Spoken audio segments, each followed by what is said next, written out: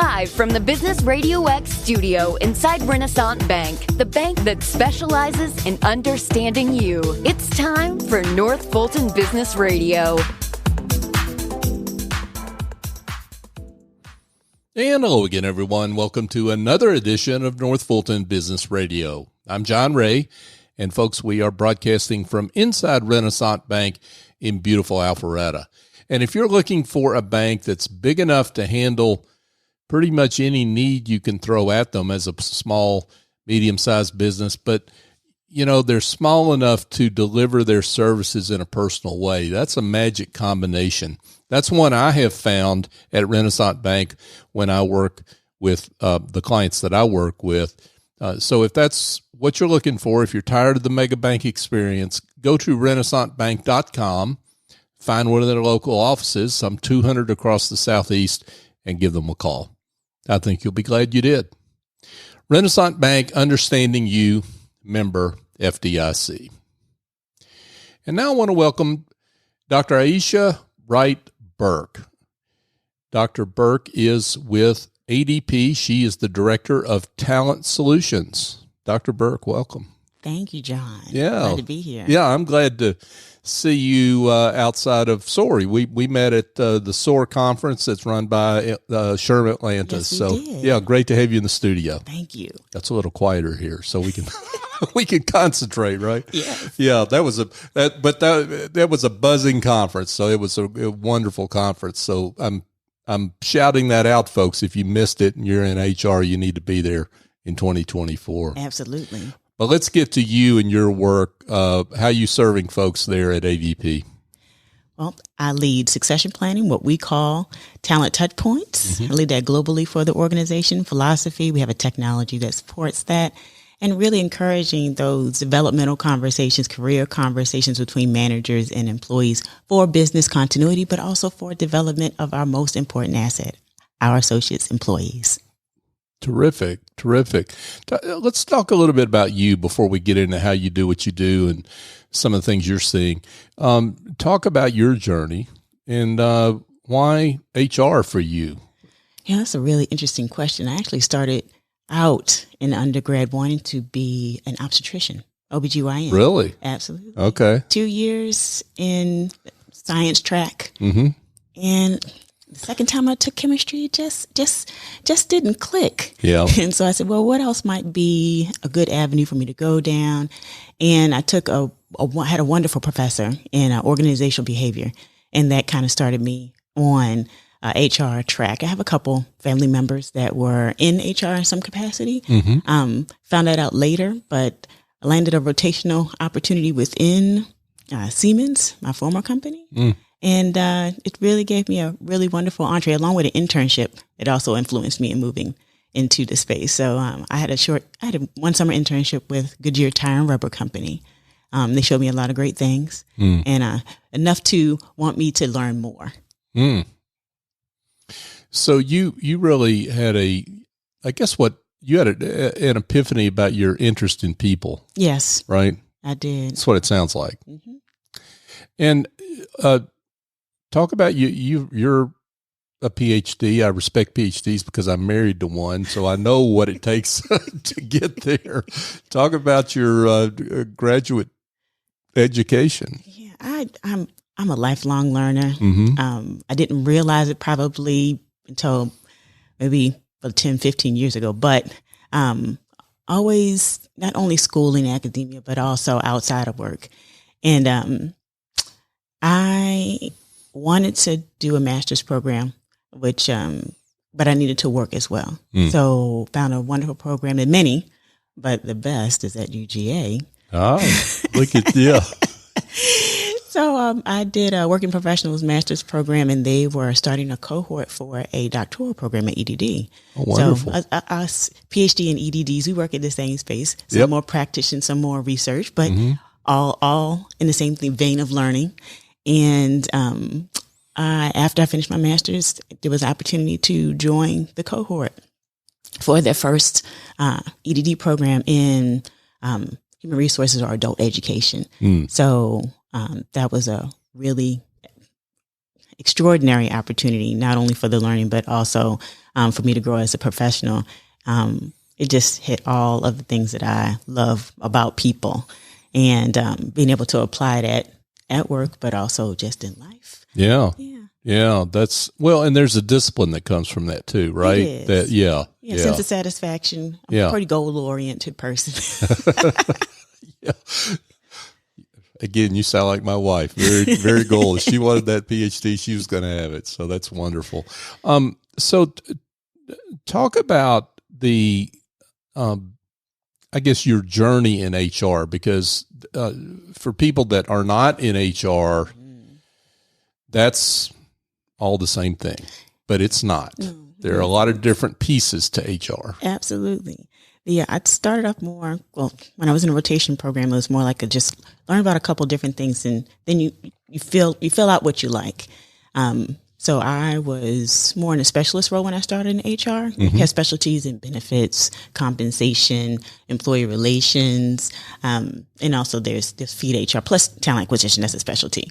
And I did most of probably half my career in specialty work, whether it was talent and OD or talent acquisition. Did a stint in comp, not in that particular order, but then had a kind of a taste of field HR, being in one of my specialty roles, being supporting early career programs that I was a part of, and then had an opportunity with ADP in a field HR role. So it really gave me a lot of experience, not only to learn the business, but also learn more about field HR. And they go hand in hand. It's almost like in a manufacturing facility. You have people that run the business and people actually making widgets or the parts. And both of them work in concert. And that's how I look at any function, but also HR. You need all of that to work together in concert for the benefit of the company, the benefit of the individual, the team.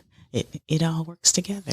Yeah, that's a really great point, because when that does not work in concert, it really creates more angst in the employee and employees than often is even called for, right? I mean, because that's such an important piece of the way, obviously, an essential piece of the way employees plug into the company. Yes. That when they see even a little dissonance there, it really creates some angst, right? It can.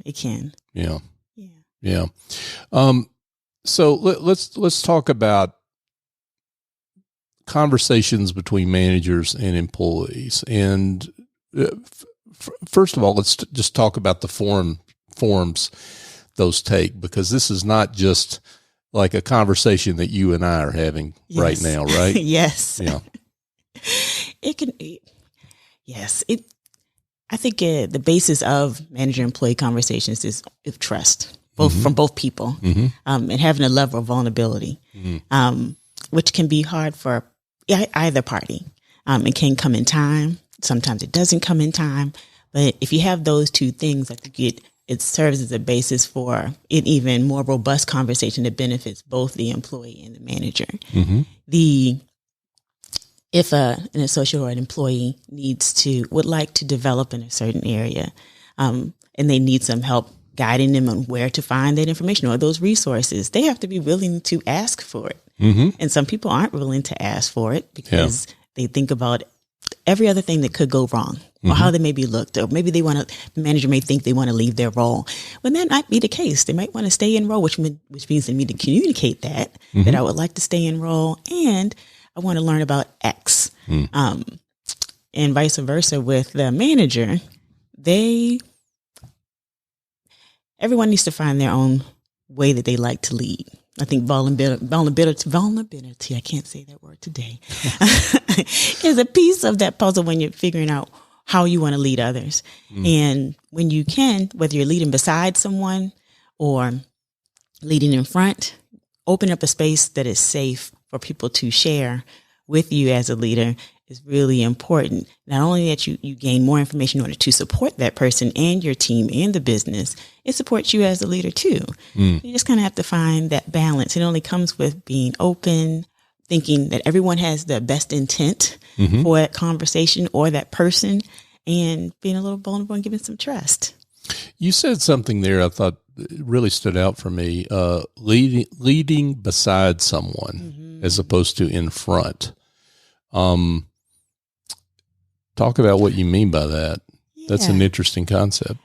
I've had the fortune to have leaders that lead in front, but also beside. I've had leaders that are able to do work beside me, but also we have enough mutual respect to know that is my leader. She leads the team or he leads the team. And there's just mutual respect. It's a foundation. Right. But the leader's not willing to roll up their arms and do work alongside you. Maybe not all of it, but with you, to show that they're in it beside you. Sure. And some leaders are more comfortable leading, delegating from the front, just staying there. I think there's more benefit. Of course, it depends on the person too. If someone can lead beside, but also lead in front, because there's sometimes that leaders have to make executive decisions for the team, especially if we can't, as a team, come to a decision. Or there might be things that we're not privy to. They need to make a decision on behalf of the team. And I think as a partner or a team member, realize that, respect that, and knowing that it's in the best interest of the team and that individual when we can't be a part of that decision as far as team members. Does that help? Yeah, no, it does. And I'm curious about whether a manager can both lead, maybe not at the same time, but lead in front and lead beside. It's delicate. It takes practice. Can you switch those roles as appropriate? I think you can. Okay. I think you definitely can. Yeah. And I think it takes trying. Nothing is perfect. We are all imperfect human beings. But perfect for ourselves and the life that we have and all that we experience in life. And if we keep that at the forefront, then we can give people grace, give people an opportunity to learn, whether it's the leader or the individual on the team. And that over time, that builds. Humans learn. Whether it's from mistakes or whether it's from things they do well. And I think when you have a feedback loop or say space to learn and to practice, it helps. It really does help. Even when having these conversations, we're talking about whether it's about career or about something that's a little bit more sensitive between a manager and employee. When you are able to speak freely, I lost my train of thought. This happens on a Monday morning. Yeah. Well, that happens to me all the time. So, so I get that. But let's think. Let's dive in a little bit different and pick up this thread. So, how do you, whether you're leading beside or leading in front, how has leadership for teams changed through the pandemic, and now that we seem to be on the other side of that and we're dealing with where we're going from here, right? How do you think those have changed? I think it depends on the group. It's my favorite thing to say in HR. It depends. Sure. Right. It depends on the circumstances within the group, but also what a leader has experienced. And I think more and more since the pandemic, the empathy, compassion, I mentioned grace before, those things have become more apparent, maybe more to the forefront of a conversation as opposed to a undergirding in the past. Well, have those stuck though? Because that was really a lot of the conversation during the pandemic, but has that stuck, or is that now for some, and again, I know it, like you say, it depends. For some, it's just a bromide, if you will, that you say, but maybe you don't execute. I think it has stuck to an extent. Okay. Being that we're more in a hybrid work environment more than ever. Like some of the things have stuck since pandemic, and other things, it's just trying to find a healthy balance. And I still think we're working through that just overall as a world. Yeah, for sure. Let's talk about navigating career development and growth from the employee's perspective. Is that where we want to go Sure. with this? Yeah, let's talk about from their perspective, and let's start with the smaller organization in which maybe there are just not that many seats within the organization. There are not that many positions to aspire to, and how that individual grows and develops, and how that manager, that business owner, creates opportunities for growth and development. I think that there are always opportunities to create micro learnings. So no matter how large or small the organization is, if someone has an interest in learning about something, I think at first that individual needs to decide, okay, I'm going to do really well at my job, what I'm paid to do every day. But I have some discretionary time and effort that I like to put towards developing in this area and asking for that opportunity, whether it's 1 hour a week, whether it's broken in 2 half an hours, maybe it's something they do after work. There's always an opportunity to learn, even sitting with someone, maybe it's for 30 minutes to learn about a particular skill or observe something if it's available or accessible. I think there's always an opportunity. And there's always volunteering. Volunteering gives even though it's not within a company, it's a great way to get skills, experience, build a muscle around a certain competency, whether it's leading others, because leading others that don't report directly to you is harder sometimes than people that actually report to you as a leader. Right. So I like to remind people that, or even suggest that volunteering is it's really great way externally. You're giving your time toward an organization that you love, that you choose and love to give time back to. And then you're getting something in return. So it's a mutually beneficial or reciprocal relationship. Let's talk about maybe a different scenario in which, and this happens across all organizations, but the employee that wants to grow and develop, but maybe they're pushed into something just because of the lack of resources within that organization, right? And it's an all hands on deck kind of situation. They're pushed in a direction that they don't see themselves. That's not great for them, at least the way they perceive it for their career longer term. Yeah. And it all depends on it. Sometimes people do things really well, but it's not what they love to do. Right. And I think, sometimes because they do it so well, it seems like they like to do it, right? Absolutely. Yeah. There's something we like to talk about a lot at my company. It's called strengths, because people have things. A strength is something that a little bit of different definition of a strength. Things that time passes quickly when you do it. It's a strength. You're in the zone. It's like when you look up and like, oh, 3 hours have gone by. Oh my goodness. You feel fulfilled. You feel engaged. You feel energized. And when we do, for instance, I do something I do really well, but I don't like to do it all the time. It's note taking. I'm a stenographer when it comes to taking notes, but it's not something I like to do all the time, but I'll do it if it needs to be done or if it benefits the group as a whole. And so I think it's something for someone to individually manage, but also make sure that they are able to vocalize.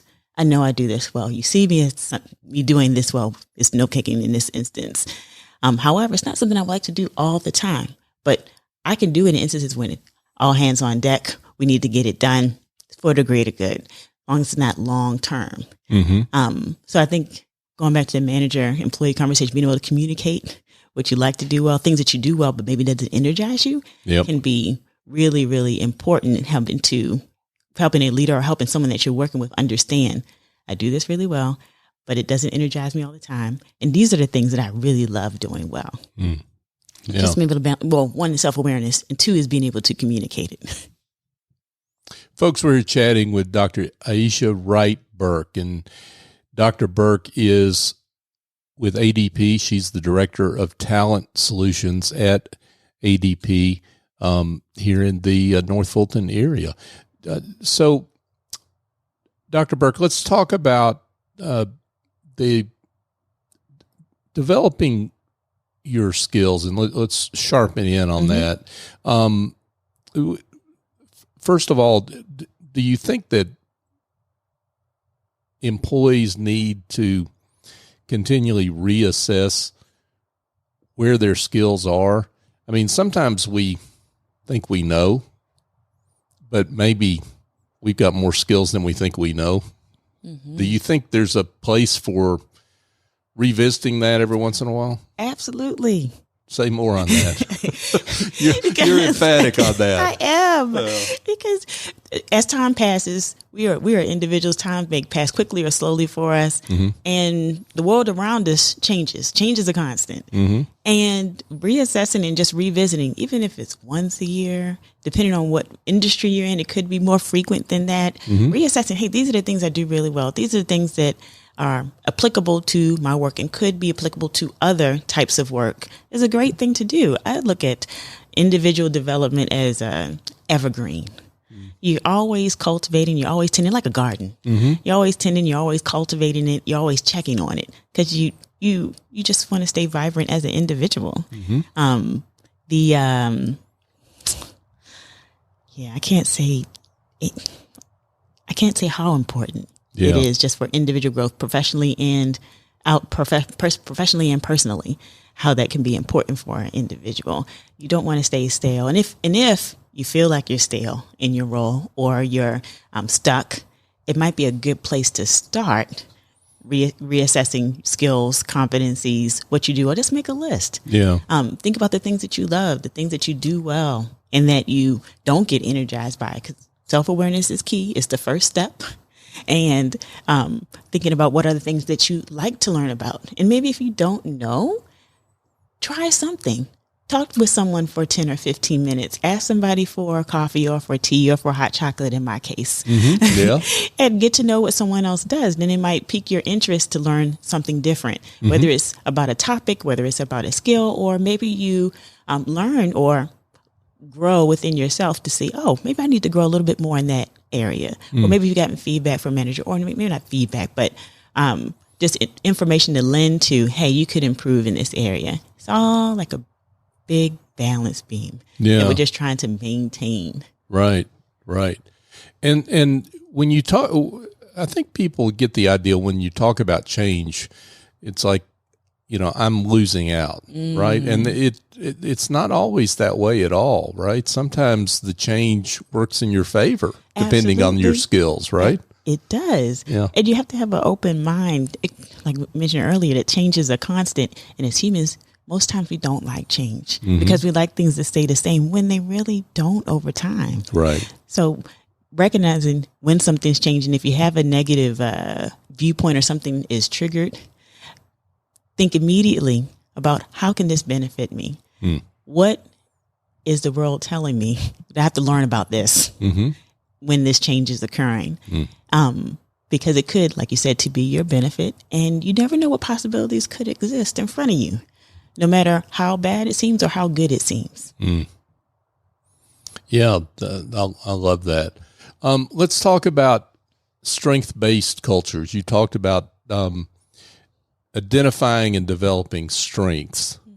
Let's talk about what you mean by that, number one, and then just basing your culture around those strengths that you see in individuals that are part of the team.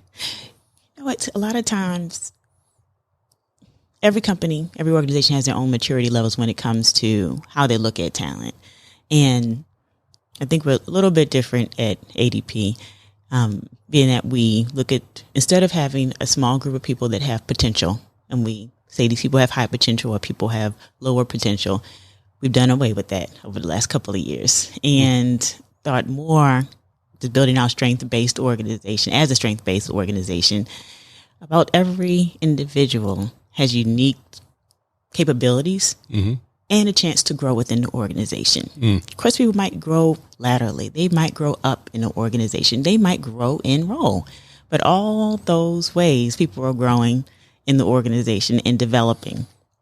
So just trying to have more holistic view about talent, which I think is more, it resonates more, especially with me, but I think with others as well, because it's not the have and have nots. It's everybody has something to give. Everybody is important. And even though we might give in different ways to the organization, all of our contributions count.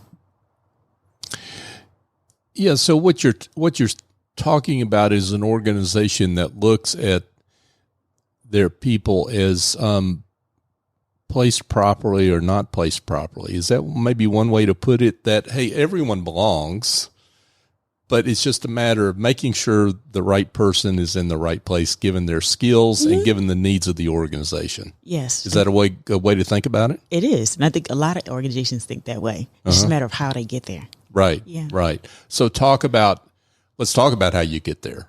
I mean, we all like to think we're doing that, right? How do you assess your, as an organization, your ability to do that, whether you're on the right track or not? And what are the warning signs if you're not? And how do you get there? So I think it starts with mindset and having a foundation of how everyone thinks about talent, about development in an organization.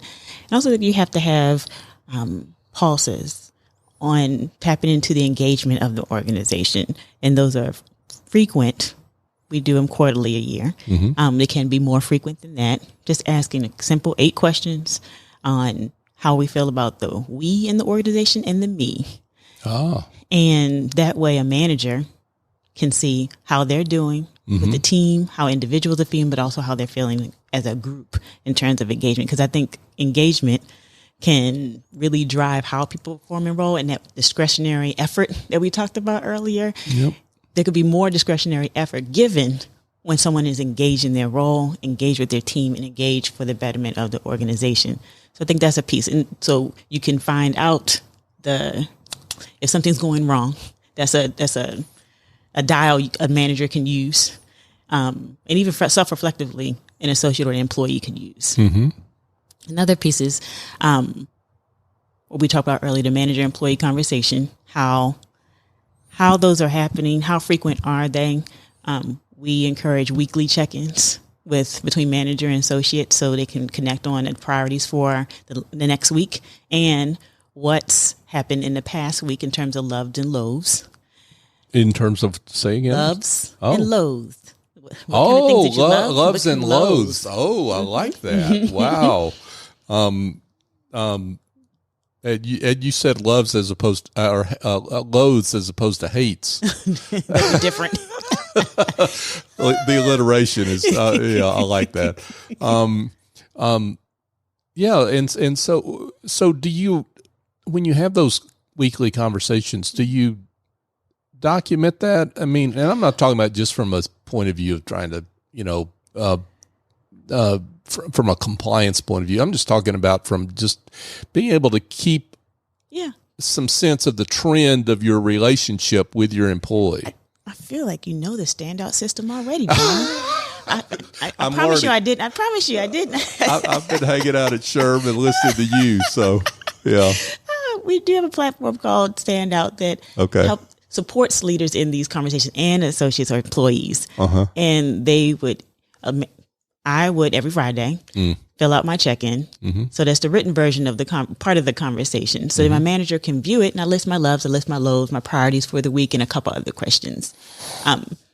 And then my manager can read that before we meet. That might be a 5-minute conversation, might be a 15-minute conversation in case of me and my manager, which I love. It's usually 30 minutes or longer unless we have a very busy week. So we can check in with each other to make sure we're aligned. And I can go back and actually run a report because I'm not going to remember what I said 2 weeks ago or 3 weeks ago. Probably not in detail. So I can run a report to see over the course of time that I've been having conversations with my leader, what are my loves? What are my lows? What things stand out? What did I need help with that I asked my manager for? So it's really helpful in retrospect to remind myself of the things that I love, the things that not only are loathe, because we all have things in our job that we loathe that we still need to do. The thing is, how do we find balance with the things that we love? So we just balance that out. Wow. Some great words here from Dr. Aisha Wright-Burke, who is the Director of Talent Solutions for ADP.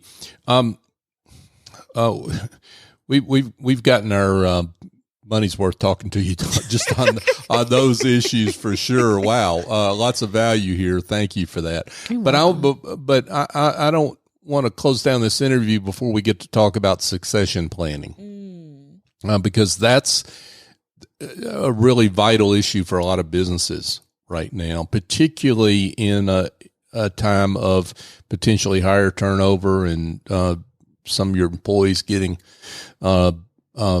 lured off to another employer or what have you, and talk about the issue of succession planning and how you view it.